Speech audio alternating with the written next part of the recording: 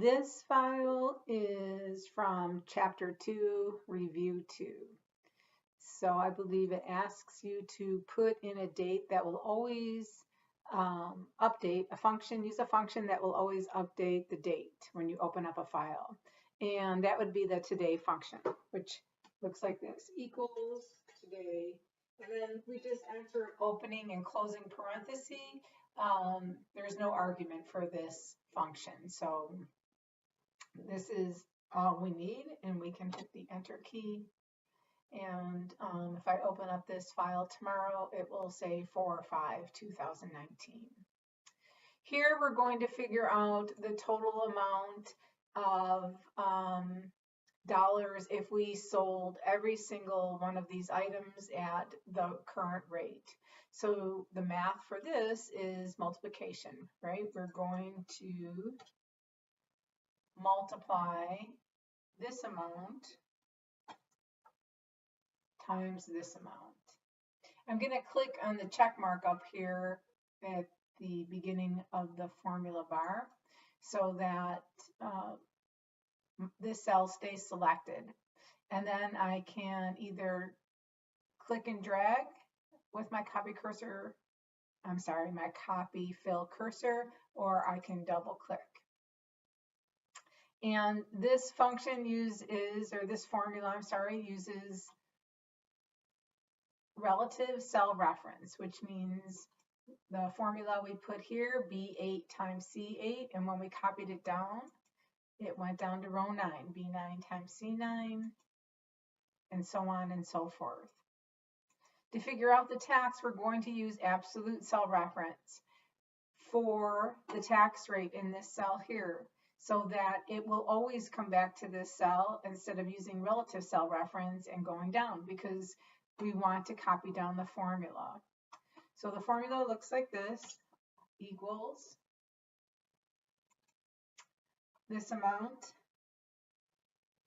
Again, we're using multiplication. And I'm going to enter the dollar signs by using the F4 key on my keyboard as a shortcut. Again, I'm going to click on the check mark, and here's the tax.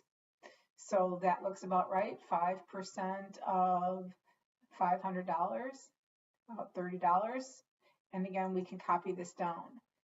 And if I look in the next cell, it used relative cell reference for column D, which is what we wanted to do. When we copy it down, we want it to go down this way. And it used absolute cell reference for cell B5 because we don't want that to go down and down and down. We always want it to go back to the cell. For your sum, because we're only adding up two things, you don't have to use the sum function. You can use a plus any more than 2. You really should be using the sum function. You should not be using the plus sign.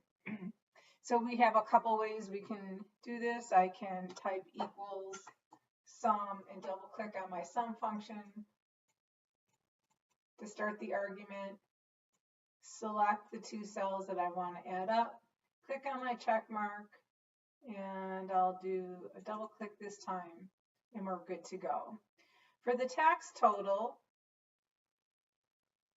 again, equals sum, or we could use the auto sum key up here at the end of the home ribbon. I can click on it one time, and that makes a selection for me, but it's selecting too much information.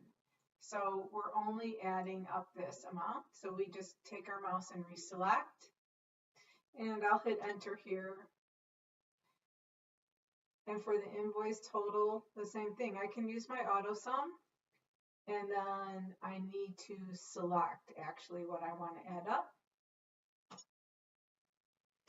When you see hashtags, that means that there are numbers in the cell, and the cell is not wide enough to show you all the numbers. So I can do an auto fit by coming up to the 2 column headings, E and F, and double clicking, and it will open up so that there is enough room